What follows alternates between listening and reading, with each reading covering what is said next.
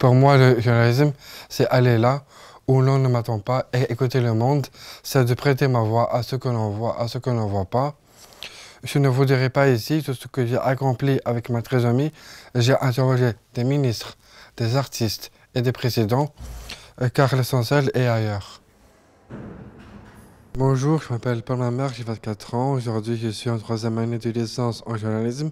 Je viens de quitter Alizik parce que je viens de soutenir, c'était le 3 juin, je pense. J'avais soutenu sur un thème sur l'inclusion des personnes en situation de handicap dans les objectifs de développement durable de l'ONU. Aujourd'hui, je suis officiellement journaliste. Est-ce que tu as un bon souvenir ici à Alizik? Oui, bien sûr, j'ai vraiment des souvenirs à garder ici à Alizik. C'est que j'ai appris à faire de montage ou bien passer à la radio. C'était quoi ta matière préférée? Alors, ma matière préférée, c'est de sociologie avec M. Melzakour. En sociologie, j'ai travaillé sur l'inclusion des personnes en situation de handicap, sur l'objectif de développement durable, ODD. L'avantage qu'il a, Paul, c'est qu'il fait un effort d'une manière qui attire l'attention. Justement, pourquoi? Parce que quand on essaye d'élaborer les cours, on prend en considération la situation de Paul, c'est tout à fait normal, mais le temps de réaction, la participation, il ressemble à tout le monde. Et donc, au fond de nous, on sent qu'il fait un effort, justement pour pas uniquement assimiler, mais pour être aussi au niveau de la classe, et ce n'est pas une chose évidente, mais en même temps, quand vous lui donnez des exercices à faire, quand vous le passez au TP ou au TD, il est là, il est actif, il participe, et ça prouve qu'il aime ce qu'il fait. L'essentiel est ailleurs. Je ne dirais pas non plus que l'information n'est pas une opinion. Brooke, papa, est-ce que tu es fier de moi aujourd'hui? Oui, Paul, bien sûr que je suis fier de toi.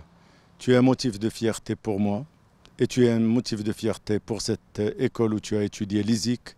Tu es une fierté pour le Maroc et tu es une fierté pour toute l'humanité. L'accompagnement de Paul est un travail quotidien, du matin au soir et du soir au matin. Il faut prendre en compte et il faut prendre aussi en charge.